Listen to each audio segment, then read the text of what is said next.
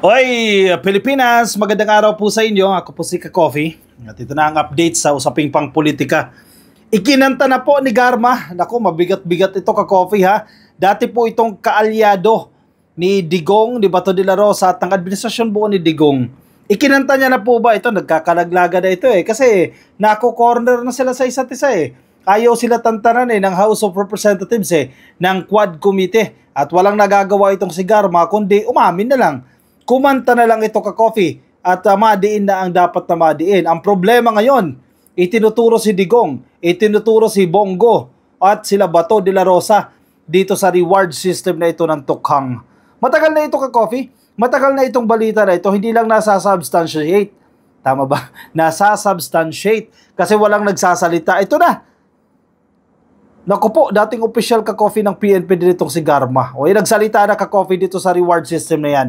Nasa ABS-CBN headline, Ka-Coffee, watch Garma links Duterte, Bongo to state-sanctioned killings. Mabigat ito, Ka-Coffee, ha? Nagbibigay ng reward sa mga suspect na machuchugi nila. Ayun na nga. Diba, napag-uusapan dyan saan galing itong reward na to. Sa PCSO, saan galing yan? Sa Pogo, basta malinaw dito na mayroong reward. Kahit magtanong naman kayo ng mga opisyal na involved sa operasyon na yan, nakatanggap sila ng reward. Maraming mga testimonya nagsasabi na nakakatanggap sila ng reward. Galing ba sa gobyerno yan? Sa pera ng gobyerno, definitely hindi dapat.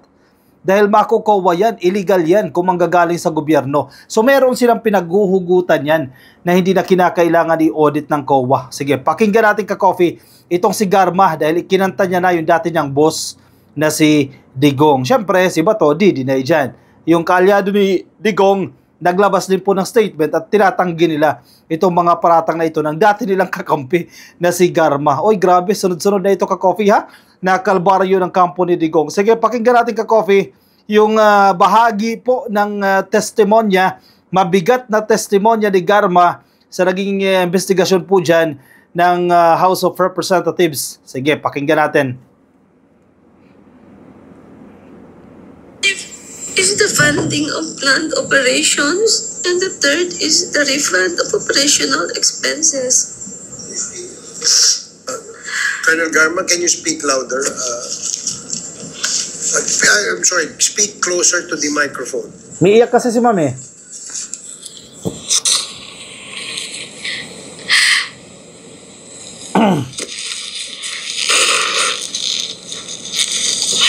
Dini-discuss niya dyan yung mga systems ng pagbabayad. Initially, I informed the President that I was unaware of any individual with those qualifications, as I had not been assigned outside of Davao City or had served in the national capacity within the PNP. However, I recall my upperclassman Edilberto Leonardo, who was heading the Criminal Investigation Detection Group and was also a member of the Iglesia ni Cristo. I mentioned his name to the President. On the same day, a certain individual named Muking contacted me to request for the phone number of Leonardo's contact details, which I promptly provided. A week later, I learned from Arthur Narsolis via phone call that Sir Leonardo had been summoned and was instructed to proceed to the Royal Mandaya Hotel in Davao for a meeting.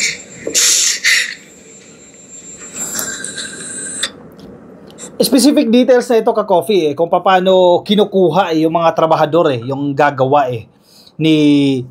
sa mga plano, sa mga kagustuhan ni Digong allegedly, no? Kasi ang gusto kasi daw nila dito, gayahin daw po yung model ng Davao. Kung paano ginawa yung tukhang nila dyan, paano nila sinutsugi yung mga drug suspect, yun yung gusto nilang mangyari. Yun ang gusto nilang ipagawa at meron yang reward system yan. Sige, basahin natin ito, Ka-Coffee.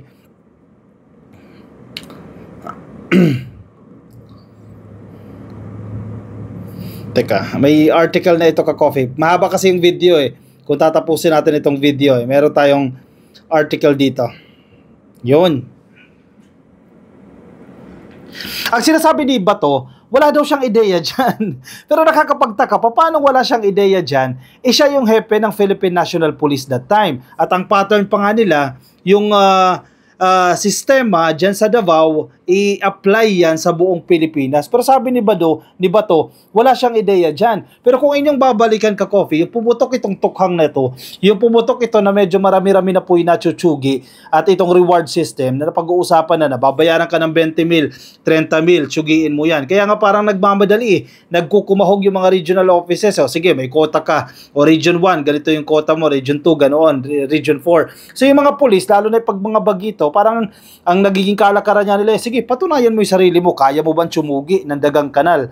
Term nila dyan, dagang kanal, ka-coffee, kapag sa gilid-gilid lang nagbebenta o gumagamit. So yan ang pain nila sa mga bagitong pulis. So sige na, mapapatunayan mo pa yung sarili mo, magkakaroon ka pa ng pera. Pumutok na yung mga storya na yan. Pinag-usapan na yan, ka-coffee, hindi lang na-substantiate yan. At ngayon na naglalabasan na yung mga detalye. Pero sabi ni Bato, wala raw siyang ideya about the alleged reward system for cops in drug war. Nasa headline din po yan ng ABS-CBN, at kahit sa iba't ibang pahayagan, ka-coffee, makikita natin ito. Sige, basahin natin ito. Senator Ronald Bato de la Rosa, Chief of the Philippine National Police in the early years of Duterte administration. Parang first 2 years ata yan, ka-coffee, kasi yung 3rd year na ni Digong, tumakbo na po ito sa pagkasenador. Itong si Bato de la Rosa.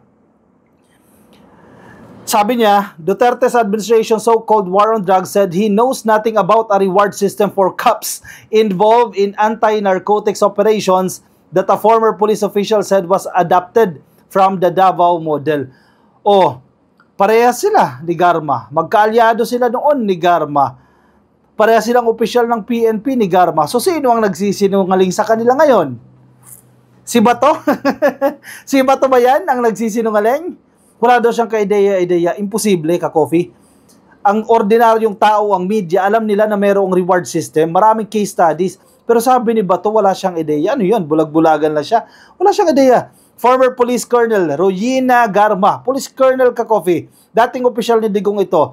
Also a former PCSO General Manager told members of the House of Representatives on Friday that former President Rodrigo Duterte called her in May 2016. Tinawagan daw po siya ni Digong to ask her to recommend a police officer who would implement the model used in Davao City, which allegedly involved a tiered award system for drug personalities eliminated on a national scale. Kasi matagal na raw nilang ginagawa yan dyan sa Davao. So gusto daw ni Tatay Digong, base dito sa testimonya ni Garma, na i-model o i-pattern yan doon sa existing system na sa Davao. Parang parang multi-level marketing lang o franchising lang gawin mo na yan sa buong Pilipinas. So naghahanap ng tao daw po si Tatay Digong. Tinawagan niya raw siya, itong si Garma.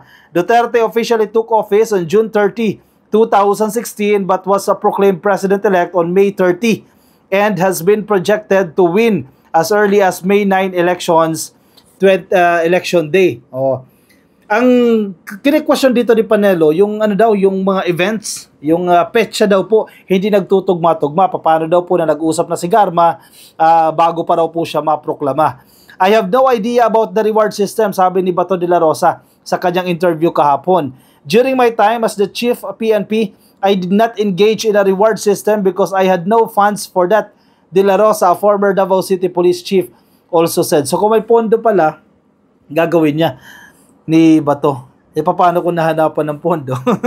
Paano ko nakuha yung pondo sa Pogo? Paano ko nakuha yung pondo sa PCSO? Di gagawin niya.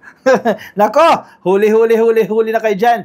He added he does not know Garma's motivations for testifying at the House. Naipit na si Garma Wala na siyang kawala dyan Kinakailangan niya ng magsalita. He added he does not know Garma's motivation to testifying at the House. Baka gusto niya ipagtanggol niya lang ang sarili niya. Hindi naman siya yung mastermind dyan Kumbaga dami lang din siya dyan May matataas na tao pa Andiyan si Digong, andiyan si Bato de la Rosa, siya mismo, di ba? Ito yung mga nagpasimunod dyan In a separate statement, Senator Christopher Bongo, Duterte's former aide and who has also been implicated in drug war killings, called Garma's testimony diversionary tactics lamang po yan to muddle the true issue she is facing, her participation in an alleged murder plot. So, laglaga na sila dyan, ka-coffee. Silang mga magkakakampi noon, nagkakalaglaga na sila. Sinasabi dito ni Senator Bongo, nililihis lang ni Garma yung issue dahil naipit na siya eh. 'Di ba? Naliling siya doon sa isa pang krimen eh. Kaya kinakailangan ilihis na ni Garma. Go was referring to the 2019 killing of PCSO Board Secretary Wesley Barayuga, also a former CAP official that Garma has been implicated in. So parang ang pinapalabas nila dito, parang ano na lang, exit plan na ito, ka-coffee ni Garma. O syempre, ang aligasyon nila dyan, iniipit si Garma ng mga mambabatas o kung sino man yan na official, iniipit si Garma na magsalita ka against the Dutertes, or else pag-uusapan namin itong kaso mo, yung pagkakatsugi dyan sa dati mong kasamahan dyan sa PCSO. Yan ang usap-usapan nila dyan. Pero ano man po ang kalabasan niya, kasi hindi pa naman natin talaga alam kung ano yung pinakatotoong nangyayari dyan. Pero ang napapansin natin, parang nagtutugma-tugma yung mga pangyayari Parang doon papunta yung investigasyon na yan Lumalabas ng lumalabas ang pangalan ni Digong, ang pangalan ni Bato, ng kanyang mga kaalyado dito sa investigasyon na yan. Nasusuportahan nito yung claims ng International Criminal Court. Mapag-uusapan na naman yan. Ayan na, titibay lalo yung mga maghihigante sa administrasyon ni Digong. Yung ibang mga kaso na noon tinakpan muna, ngayon binubuhay, iniimbestigahan. May kakilala ko, nag-message sa atin. Binubuhay na ka-coffee itong kaso na to na pinatulog. Nako po, yan na kayo. Isa-isa na yung sinisingil yan. Sige, pakinggan naman natin ka-coffee yung side naman dito ni Digong sa pamamagitan po ni Attorney Salvador Panelo. Ayan, meron din po siyang nilabas na statement dyan. Basahin natin yung kanilang pahayag. The political enemies and detractors of FPRRD will not stop at throwing the kitchen sink at him by using coercion and money to compel persons to testify falsely against him. Hala, sabi ni ni Salvador Panelo, ni Attorney Salvador Panelo. Mga political enemies lang daw po ito at mga detractors ni Digong na gagawin ang lahat, magsusuhol ng kung ano man ng isang individual para mag-testify laban sa kanya. Ano to? Parang style ba to kay Laila de Lima? Hindi ba ganyan yung ginawa nyo kay Laila de Lima? Oy, sabi ni Kerwin Espinosa mismo yan. Diba? I-implicate mo si Laila de Lima. Umiikot ang mundo ngayon. Bumabaliktad. Yan. Kung anong ginawa nyo sa kapwa nyo noon, bumabalik sa inyo yan. The alleged meeting between him and FPRRD was on May 2016. FPRRD assumed office as president only on July 2016. Totoo naman yan, ka-coffee. July naman talaga siya nag-assume, pero as early as May 9, alam mo na ikaw ang panalo. Diba? And by promise si Digong, mabilisan, 6 months, initially, 6 months tapos yung problema na yan. Alam naman natin yan, ka-coffee, na yung mga incumbent, mga tawag natin dyan, mga president-elect, that's the exact term, yung mga president-elect, gusto agad nila yan, hindi pa man sila nakakapag-take ng oath, tuloy-tuloy na ang trabaho niyan.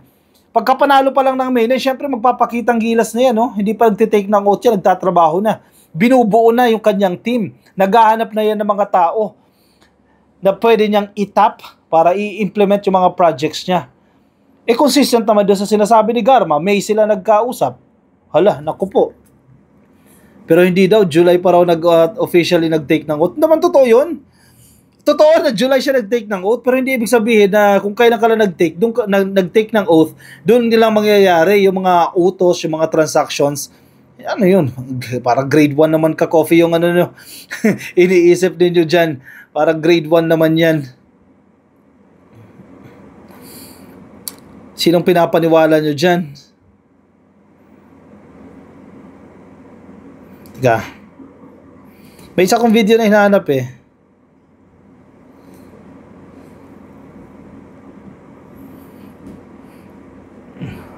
kampo nila dating Anyway, nabasa na naman natin yung text. Gusto ko sana makita yung video na si Garma mismo nagsasabi na tinawagan daw siya ni Digong. Ito, hindi natin alam kung nagsasabi na totoo ito si Garma. Kasi paiyak-iyak ito ka-coffee. Pero regardless, kinakailangan din, patunayan din ng kampo ni Digong. Total, sinasabi niya naman dyan, once invited, dyan sa Quad Committee hearing na yan, ipupunta siya. Maganda pumunta na rin siya dyan. Kasi marami-raming ebidensya nagtuturo sa kanya.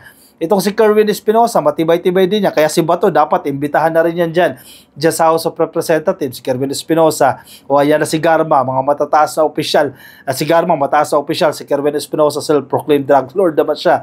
Di ba? So, parang napapanahon na rin na imbitahan niya si Bato de la Rosa. Pero naninindigan si Bato, hindi siya pupunta. Sabi niya, hindi ako pupunta dyan kasi ayaw ako papuntahin ni Chis Escudero. Wow, dahil may interparliamentary courtesy. Pwede naman yan eh. Nasa sayo ang desisyon niya kung pupunta ka o hindi, di ba? Hindi ka pwede magtago sa interparliamentary courtesy. Ang problema, madidiin siya dyan eh. Maraming matatalino dyan sa House of Representatives. Magigisa siya dyan eh. At yan ang ayaw niya mangyari. Mako-corner siya dyan. At lalabas ang katotohanan dyan. Ang masaklap pa dyan kay Bato, kapag hindi siya nanalo sa pagkasenador, mabilis na lang siyang ipapatawag. Nako, masa-cite and contempt pa yan. The way nila sinite and contempt, yung mga resource persons sila dyan sa Senado, mangyayari kay Bato yan. Kapag hindi nanalo yan sa pagkasenador, mawawalan siya ng immunity eh. Yun.